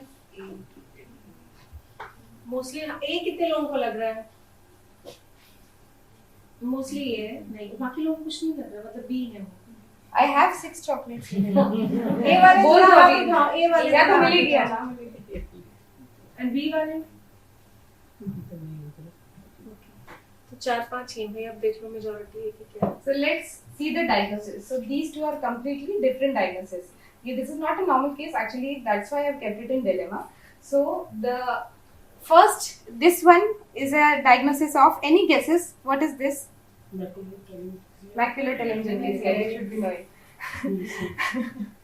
So this is a case of macular telangiectasia. Why we say that? Because we see the typical ILM drape sign. Okay. So ILM drape sign and the retinal layers tend to go inwards in macular telangiectasia. So that was a case of macular telangiectasia. So this was a young male, absolutely no other findings, and in left eye all I could see was loss of foveal reflex, and he was complaining कि diminished vision है. And I did an OCT and I saw this macular telangiectasia. There is absolutely no edema here. There is just, you can see the retinal layers are going little inside, and this is the typical ILM drape sign. So this is a case of macular telangiectasia type 2. While this, if you would have seen the fundus, you would have seen some NPDR changes, and we see there is a subretinal fluid. Okay, you were saying that इसकी continuance नहीं है. Actually इसकी continuance है. You just see it light because of the SRF. So, and also what is this? Brucin is always on the RPE or between RPE and Bruce. Ma'am already told about this. This is giving some shadow. Hard exudate. So hard exudate, inflammatory sign of DME, and this is a cyst actually. So this is intraretinal cyst. So this is a case of DME, and that is a case of macular telangiectasia. What difficult है पता करना, but how would you have known this? You see the fundus. You never treat the OCT. You see the fundus, and that is why I You say can do FFA also. Fundus photo में जैसे इन्होंने बोला कि absolutely looking FR बस थोड़ा सा डल है. So FFA, you will not find any leakage. cases है ये when to treat them When there is a CMV. never treat just the OCT. You need to correlate with the fundus. A hairy dog might not be a lion. So the lesson of the story is Hairy dog, ये नहीं गिरा है। always see the fundus. Always see the fundus, always investigate more. Before treating, be sure what are you trying to do. Treat. very nice. Any doubts? Any other queries? So intravitreal antibiotics. ये थोड़ा सा इसलिए क्योंकि intravitreal तो लगाते ही हैं हम लोग. And why it is important because everyone is scared of one dreaded complication, है ना? Endophthalmitis. So at least if you see the patient the other day, you don't see the picture which you wanted to see, then your mind should open up. What next? Instead of creating a panic. क्या हो गया, वो ये क्या हो गया, वो हो गया, 4-5 फोन मिला तो stay calm and what basic you can do, है ना? So we'll just talk about that. We are not going to talk about endophthalmitis. What basic treatment we should know and we can do. किसी ने लगाया intravitreal antibiotics? नहीं, आप लोग कहाँ नहीं लगाया. So intravitreal antibiotics. ये पिक्चर्स अच्छी नहीं लग रही है, बट ये ऐसी देखने को मिलती है कभी-कभी, है ना? So why intravitreal? You can systemic भी दे सकते हैं, topical बढ़ा देते हैं ना लोग, 1 hourly कर दो, बिठा के डाल रहे हैं drops. So why intravitreal? Because there is a direct drug delivery into the space actually where it is required. Concentration is high, you will get a rapid action. Small dose, minimal toxicity. You should know that all the antibiotics which we inject inside the eye, they are not made for the eye. They are all systemic antibiotics which we are injecting. कोई भी आँख के लिए नहीं बनी है, तो सब में preservative होता है. और वो सब के सब हम we make it dilute and we make the concentration according to the eye and then we inject. So that's why we want that minimal dose should be enter the eye and then it will be minimally toxic. And overcomes the blood retinal barrier, because if we inject systemically तो वो कितना blood से आई में कितना absorb होगा, कितना इधर से इधर मूव करेगा. इससे बेटर है कि वो डायरेक्ट विट्रस स्पेस में जाए तो वहां से अब्जॉर्प्शन फास्ट होगा. So this is just the pathogenesis that microorganisms are also in the vitreous cavity and intravitreal antibiotics are also in the vitreous cavity. So a good concentration so the war can go very comfortably. So indications. So indications are post-operative endophthalmitis, any intraocular surgery, be it cataract, trap, whatever. Retina surgery can also cause endophthalmitis. And post-intravitreal injection. Why this? Because it's an emerging trend of post-intravitreal anti-VEGF endophthalmitis nowadays. Endogenous, post-traumatic, and then sometimes severe microbial keratitis, and the corneal surgeon wants to plan a PK therapeutic and he's seeing there is a echo behind also. So there are high chances अगर वो corneal melt है और गया है तो intravitreal भी antibiotics देने पड़ते हैं. So sometimes they give themselves also. So what is the principle? Why? So most important is broad spectrum coverage. When you don't know what is it, you don't know 100% you don't know what is it when you are seeing the patient next day or 2 days beyond. So every time the basic principle is it should be a broad spectrum coverage, and broad spectrum means you are covering gram positive and gram negative both, and generally it's a two antibiotic combination, and if possible please try to collect the sample before injecting. So you should obtain vitreous or aqueous sample before injection. See, taking an aqueous tab is very easy, anyone can do, because you need not do anything. You have to just go into the anterior chamber and before going remove the plunger. So there will be a passive egress of fluid outside. You need not suck actively, which is actually dangerous and difficult. So anterior chamber जैसे आप paracentesis करते हैं, it's the same way. Just press with the cotton tip applicator on the cornea and keep your needle like this in the middle of the chamber, and obviously the fluid will come out. And then you can go inside the vitreous cavity for intravitreal injections. इसमें दो purpose solve होंगे. एक तो आपका pressure कम हो गया जो आपको इंजेक्शन के बाद करना होता है, और आपको सैंपल भी मिल गया. ऑल्दो एक्वस सैंपल की प्रोबेबिलिटी 30% है कि उसमें कितना आपको ऑर्गेनिज्म दिखेगा, but that is the safest and any general ophthalmologist can do it. Then everything should be done in asepsis, although it's an infective thing, but still और add-on infection नहीं करना है उसको. Then correct that drug dilution is very very important. आपको chart, net जहाँ भी देखे correct drug dilution is very important. Then injection के बाद response monitor करना है for 24 to 48 hours to decide whether it is worsening, it's improving, and by that time you also get the culture report. So if you want to modify your treatment, you can always plan like that.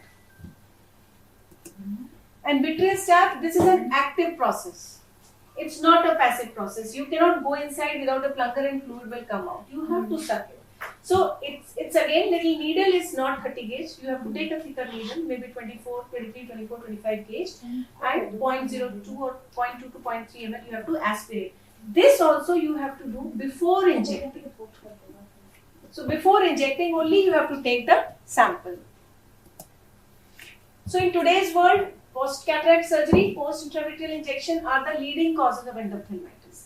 And only two things important which you can see here. Intravitreal anti-VEGF में streptococcus is very common. Streptococcus और mostly gram positive होता है, mostly gram positive होता है, उसमें भी वो streptococcus pneumoniae is the most common one. So in this data, ये data is up to till 2015. So streptococcus pneumoniae were the most common organism isolated in post cataract also. Although world over में staph epidermidis is the most common. Cluster में gram negative, that is Pseudomonas, is the most common. So here you can see this pie charts showing very beautifully. So diagnosis of endophthalmitis. One is clinical, one is laboratory. Laboratory, तो आपने sample दे दिया, whatever lab will say you have to rely. Now clinical is more important. So for clinical, this scoring is a beautiful scoring. This is given by the endophthalmitis management study group. This is a collaborative study going on from 4-5 centers in South. LVP is the leading one. And this is simply slit lamp based. No B scan, no fundus, nothing. So this scoring is simply B scan based. And depending on this scoring, if it is less than 10, then you can safely inject. That means, अगर less than 10 है, तो patient may improve with intravitreal. अगर more than 10 है, then no thinking, you have to go with VIT plus intravitreal. So these are the antibiotics which are commonly used. Antivirals are not used for endophthalmitis because we haven't known endophthalmitis caused by virus. So they are like retinitis or something. And these are some chemotherapeutic agents which actually we are using for many other conditions in the eye. So these are the intravitreal antibiotics used in ophthalmology. We have given one chart in your letter pad also. So it's also covering and this is available everywhere. तो आप ये देख रहे हो इसमें Ciplox, Moxi, Getty, everything can be used inside the eye. कुछ ना नहीं है किसी को भी यूज करने का. They have their dosage and then drug dilution and then you should know if you are getting inside the eye, especially with these drugs, you have to use preservative free. So Moxi very commonly is being used. 2 or 3 companies are giving the unims also, which can be used in the eye directly. Open the unim, load it and put it. So earlier this was the protocol we were following, EVA study. That was the only study, endophthalmitis vitrectomy study, जिसने बहुत सालों तक that was the only study and we used to follow that. So according to this study, we have to presume that every endophthalmitis is bacterial. The moment patient comes to you after the surgery, 1 day, 2 days, it is bacterial, but you are only giving intravitreal antibiotics, no dexamethasone. And they were injecting dexamethasone subconjunctively. And then they said that systemic antibiotics had no role. So no systemic antibiotics, only intravitreal and then managing according to the culture reports. So this is what EVA study had to say. But then this EMS study has changed our management pattern. So they are using intravitreal Vanco, Cefta, M4, Ciplox, oral also. And then if it is a fungus, then itraconazole, then Pred and cyclopentolate topically. But what is the chart here? See. So they say endophthalmitis patient, if you have inflammatory scoring less than 10, then you will go with intraocular Vanco, Cefta, Dexa. So got it? So this study says that we have to inject Vanco plus Cefta plus Dexa. If by that time, once after 48 hours or 72 hours, the culture comes positive for fungus, then you will switch over the treatment depending upon that. But first you will go with this. But see, this is what they have suggested. It's not that you have to do. This is the protocol which now they have given, and it is now. I think the 10th report is saying this, but it's up to you. See, my personal practice is I don't inject Dexa till I have a report in hand. You're always scared, although you very well know that first 2 days means it will not be fungal. It's very rare to have fungal, but it's not possible nahi hai ki fungus nahi hai. So you can always go with intravitreal Vanco, Cefta, ya Vanco, imipenem, whatever, and then wait for the reports. You can give subcon, you can give start oral, you can give muscular Dexa, and then after 48 hours maybe you can repeat if it is KOH negative. Or the other thing is, you can take the sample, send to the lab, wait for a few minutes. If you can get that KOH negative thing, you can inject. That is the other way, which actually we practice here. We first take the tab, we send it to staining, and if we see that it is gram KOH stain negative, so that means it's not fungus, so you can go ahead with the empirical therapy. So this is the intravitreal antibiotic preparation of the various drugs.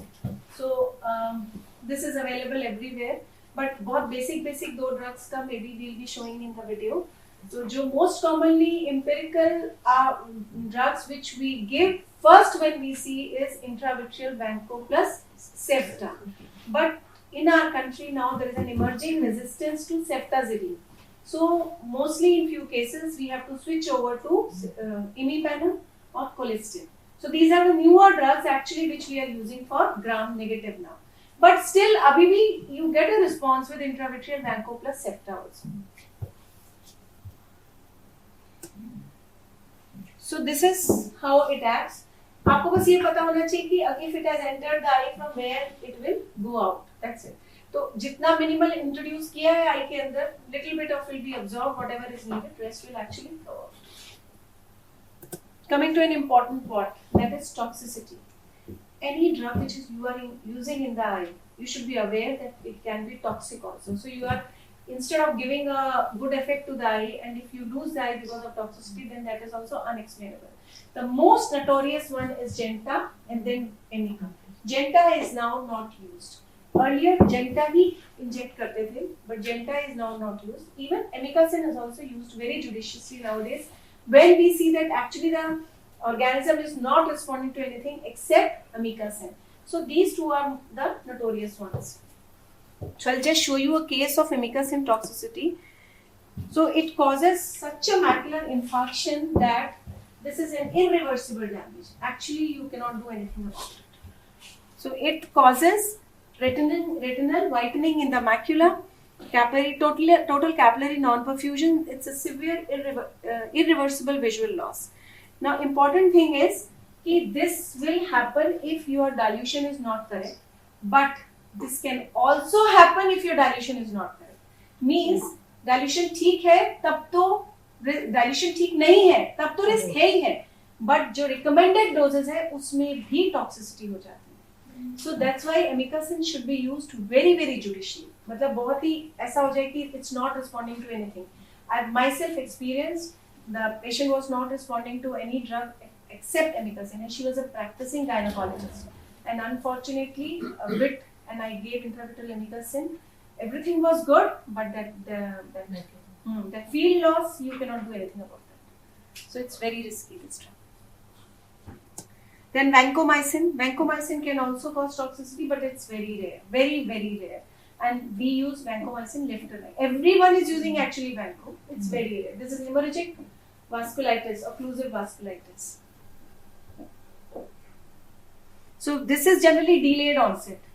This will not happen immediately, but macular amikacin toxicity will immediately. The other day you will see a white retina. Everything is clear and you will see a white retina. So this is very rare. This is delayed onset, and then this will cause severe vision loss, but peripheral ischemia more होगा इसमें. तो इसमें थोड़ा सा vision तो spare रहता है patient का. So then why do we need newer molecules? The reason is the rising antimicrobial resistance in endophthalmitis pathogens. Because of the resistance to the organisms, we need to get new molecules. And then increasing the multi-drug, because everyone is giving antibiotics, you give an intravitreal injection, anti-VEGF, and you give moxifloxacin for 5 days or 6 days, patient keeps on putting it for the next visit patient is coming. तो इतना Moxie patient डालता है for months and months कि वो resistance ही हो जाती है. तो अभी आप कुछ if you see an end of you can not give Moxi, patient doesn't respond to Moxi. So this is the problem. And the other thing is over the counter जो drugs are given to the patient, Ciplox, Sydrop, everything is given like that. तो इसलिए multi drug resistance है. तो when it is actually needed तो respond नहीं करती drugs. So the newer intravitreal antibiotics, gram positive में linezolid is the most available भी है, and this is actually we use also. ये तो इतने available नहीं है. These are little bit of literature type, but this is commonly available. Linezolid is available. And gram negative इसी की resistance ज्यादा है क्योंकि सेप्टाजिडिन की इतनी रेजिस्टेंस हो गई है कि भी अभी तो इमीपेनम की भी resistance to imipenem is also there. So now most commonly we are using this piperacillin with tazobactam and colistin is the new one. So these drugs are only used when you give one and then you don't find any response, or culture में you get a gram negative. If you get a gram negative, otherwise also you are in trouble because gram negative doesn't have good prognosis. But at least you can give a good antibiotic so that it can fight, and if you can try to save the eye. Saving the eye in gram negative endophthalmitis is very difficult, very difficult. So this is now a small. So I'm giving you a scenario. This is one patient, first POD, BCVA 6/60, cataract surgery. Another patient, first post-op day, vision PL plus. So these are two different scenarios. Both are not, you are not happy with both the scenarios, but can you explain me which scenario you will, answer aa gaya shayad. So can you explain me this scenario and then this scenario? First one. Is anyone? Picture को ही explain कर दो बस. AC is quite much. AC. AC general में है वो लोग. Streak hypopyon. Streak hypopyon is there, yes. Sir आपने pick कर लिया, वो दिख नहीं रहा था.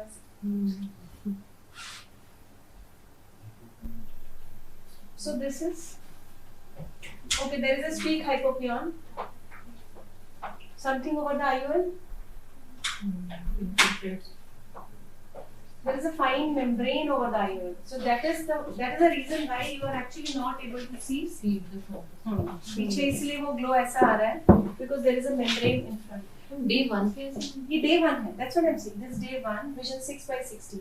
So what else you want to look for this? अब इसमें एकदम डरने वाला तो नहीं है because लेकिन hypopyon is always scary and you should always err on the side of endophthalmitis unless proven otherwise. ठीक है, so इसमें ये आपने बता दिया. Now coming to this, see this patient had IOP 28. So what it could be?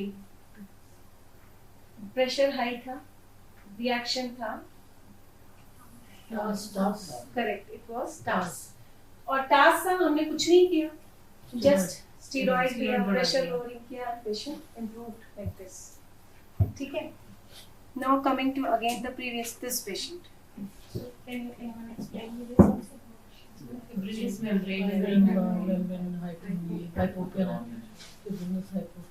Hypopyon है, correct, pupillus membrane है, कुछ और भी है इसमें, बहुत सारी चीजें actually. Blood stained है तो बहुत सारा कुछ intervention होता है. Yes, sutures भी लगे Sutures हैं. लगे हैं. So this is Complicated not, cataract yes, surgery. this is not the surgery which is done nowadays. So अब because ऐसी picture देखी, hypopyon है, सब कुछ है, तो आप end of भी सोच सकते हो और end of नहीं हो, ऐसा भी हो सकता है.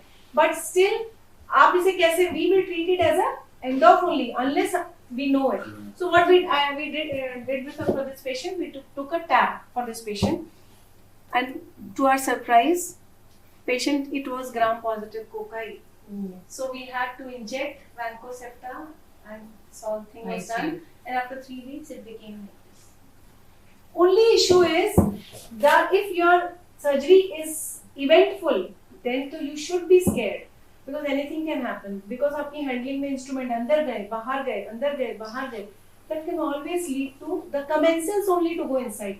The outside organism is not common to enter the eye. The commensals only enter the eye and then they cause all these things. So if the surgery is eventful, you should already be prepared that you may say reaction, infection, anything the other day. So you should be prepared for it. And अगर ऐसा दिख भी गया, then don't think अरे I had handled so much तो होगा, and you go ahead with doing some drops and you should always try to manage actively. और actively में आप यही कर सकते हो कि give an intravitreal. It is not going to harm. उसका benefit हो या ना हो, but उसका नुकसान नहीं होगा उसको एक intravitreal का ना. Anyhow you will be helping the patient. ऐसे केस में ना many years back I called you मतलब civil hospital has started to practice. So I had one case, not very eventful, but the fibrinous membrane and hypopia and everything. So what you had told me, I did that. 1 hourly, half hourly, I gave Dexa, I gave oral Dexa, and the next day he improved. So हो सकता है, by हाँ, evening also, even the pupil dilatation. हाँ If the pupil is getting dilated, it is less likely it is endo. Because if it is a fibrinous one, it won't dilate. it won't. So See, then we this have to little make a dirty special- looking also, Yeah. ना, इसलिए. So you have to see the eye, how it's looking. अब वो first patient था, उसमें भी hypopyon था, but वो इतना dirty looking नहीं था. So आपको देख के थोड़ा सा पता चल जाता है. और सबसे important होता है cornea. अगर cornea healthy लग रहा है, clear लग रहा है, तो high chances हैं कि वो inflammatory ही होगा, मतलब वो reactionary ही होगा. But वो आप अपने thought में reactionary लेके you keep on putting drops and the other day patient comes with an endo, that is very risky. See, if you are sitting in a practice where you have 3-4 people in hand, कि the other person will manage it, then तो ठीक है. If you are sitting alone in your practice, then either you make the patient sit for the whole day, keep putting the drops and see how whether it is improving or not, pupil dilate हो गया कि नहीं, cornea better हुआ कि नहीं. Cornea अगर better नहीं है, then you should always speculate that there is some issue. Unless and until you know that you have handled so much nucleus in the AC that वो SK हो गया and all that. But otherwise, if the cornea is not looking good, then you should always suspect. Suspect करने में कोई नुकसान नहीं है. You will be saving the patient. So how to differentiate TAS from infective I am endo? coming to it. अच्छा, this I'll go little later. TAS वाला एक slide था कि नहीं? कहाँ है? TAS का एक slide इससे है? पहले मैं आपने इससे पहले TAS का TAS slide? Please to this. TAS का slide ये वाला ये TAS. Next. नहीं, I had put a one slide for the TAS also because मुझे I had kept this slide last में add किया मुझे लग रहा था कि TAS और endo में वो जरूर आता है question. See, TAS will typically be seen the next day. Typically next day. पट्टी खोला and you see कि वो ऐसा picture है, तो वो TAS ही होगा. लेकिन TAS होगा, लेकिन TAS ही होगा is not necessary. Not necessary. And endophthalmitis generally presents after 48 hours. First POD आपको बहुत अच्छा लगा और अगले दिन patient आ गया कि रात में जी पेन शुरू हो गया, रेडनेस हो गया, ये हो गया, patient comes with a hypopyon. Then you are suspicious कि 24 hours तो निकल गए थे, उसके बाद हुआ है. तो इसलिए endophthalmitis generally presents after 24-48 hours. Then TAS में reactionary edemas नहीं होंगे. Lid edema ये सब TAS में बिल्कुल नहीं मिलेगा. Congested cornea, this is very rare to get in TAS. Pain भी पेशेंट बहुत कंप्लेनिंग नहीं होगा कि जी पेन हो रहा है, वो नहीं होगा. Hypopyon can be there, which cells also can be there, and IOP will be high usually. ये typical TAS के features हैं जो आपको उस फोटो में दिख रहे हैं. Streak hypopyon भी दिख रहा है, ठीक है, उसमें थोड़ा सा रिएक्शन भी दिख रहा है, उसका प्रेशर भी 28 था. So typical TAS जैसा. End of patient will come with a complaint only कि रात से पानी चलना चालू हो गया जी, दिखना कम हो गया जी. जो ये टिपिकल कंप्लेन है पेशेंट की कि कल तो पट्टी खुली थी, ठीक था मैं, एंड शाम से जी अचानक आंख में पानी चलना चालू हो गया, दिखना कम हो गया. This is typical. टास में ऐसा नहीं होगा. टास में आपने पट्टी खोली और आपको दिखेगा, पेशेंट को तभी नहीं दिख रहा होगा जो भी होगा, but end of patient will go back and home and then will come back. So that is something which is very typical. Lid edema होगा, आप एक दिन और रुक जाओगे तो वो तो फ्लोरिडी लेके आ जाएगा. हाइपोपियन आल्सो 4-5 mm हो जाएगा. Sometimes streak hypopyon we okay see कि चलो आज drop डाल लेते हैं, dilator डाल लेते हैं, सब कर लेते हैं, कल फिर देख लेंगे. You can do that. It's not कि you cannot do that, but आपका अपना this you have to open कि मैंने कल क्या किया था, end of हो तो नहीं सकता है, infection हो तो नहीं सकता. If you are sure कि नहीं, अब see I am a retina surgeon, I am not doing the cataract surgery, but cataract surgeon has sent to me. अगर उसने मुझे भेजा है तो इसका मतलब है ना कि उसको सस्पिशन है कि भाई इन्फेक्शन है. अब कैटरेक्ट सर्जन ने आज सर्जरी करी, कल पट्टी खोली और स्ट्रीक हाइपोपियन मिला, तो मन क्या कहता है, ड्रॉप डला देते हैं और शाम तक देख लेते हैं, which we usually do also I think, है ना, ड्रॉप डला देते हैं, शाम तक देख लेते हैं, because आपको पता होता है कि how much you have handled and how you are sure about your paraphernalia, your system, कि infection के chances है कि नहीं है. So that you guys have to decide कि आपको कितना लग रहा है. बैड पिक्चर तो 1 day में नहीं आएगी, बैड पिक्चर तो 2 दिन के बाद ही आएगी. 1 day में bad picture आएगी अगर patient source से infection लेके गया, and that will be 100% gram negative. Then only you will get a bad picture. तो cornea involved होगा, वो सब होगा. Then you don't have any option. You have to go ahead with whatever जो भी prescribed. So just a little bit about the other injections which we give actually in the eye. These are 2 cases we just wanted to discuss. See, this patient presented to us with subretinal hemorrhage. She gave a history कि husband had hit. ठीक है? तो ऐसा hemorrhage के साथ उसने present किया. But we had a suspicion कि नहीं, this is not trauma, this is something else. Because इस patient में 2 component थे hemorrhage के, सब RPE भी था, सब retinal भी था. तो इसलिए लगा कि यार ये trauma से इतना नीचे तक है. So we thought, okay, we will, and इसका this OCT picture was also showing some fluid over here, some small cystic spaces. So this was not very typical of a hit. Hit वाला trauma नहीं लग रहा था. So ऐसी picture without a hit, as earlier also Dr. Gauri has shown that massive subretinal hemorrhage.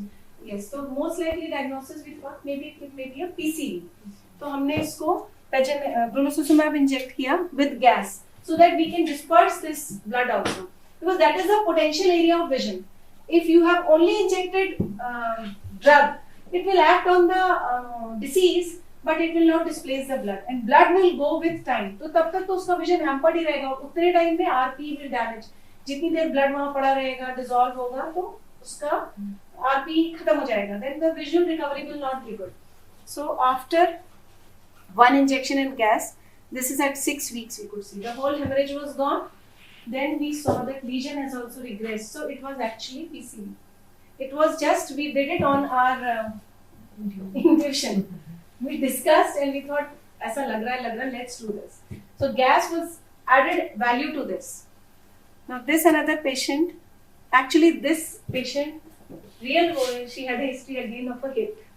So hit, because इसमें why we thought कि कुछ और नहीं हो सकता, because there is something which is important, which you can see here. So यहाँ पे बहुत सारा macular edema भी है, and ये देखो retinal edema भी है. So this is definitely a blunt trauma. तो history तो वही थी, husband ने मारा है, and husband ही लेके आया था उसको. तो ये picture थी. So now we told कि the visual recovery will be if we displace this blood. Otherwise तो ये अपने आप जाने में तो बहुत time लगाएगा. So what we did for this patient, we injected TPA, that is tissue plasminogen activator, which this is the drug which neurophysicians, neurosurgeons and cardiologists use. Myocardial infarction में जो thrombolytic होती है. So we use that with C3F8, and this is at 1 week. So you can see the blood has displaced from here. वो displace हो गया, अब वो जहाँ भी जाएगा वहाँ से absorb होगा, कुछ नुकसान नहीं, because macula is clear, and it went down.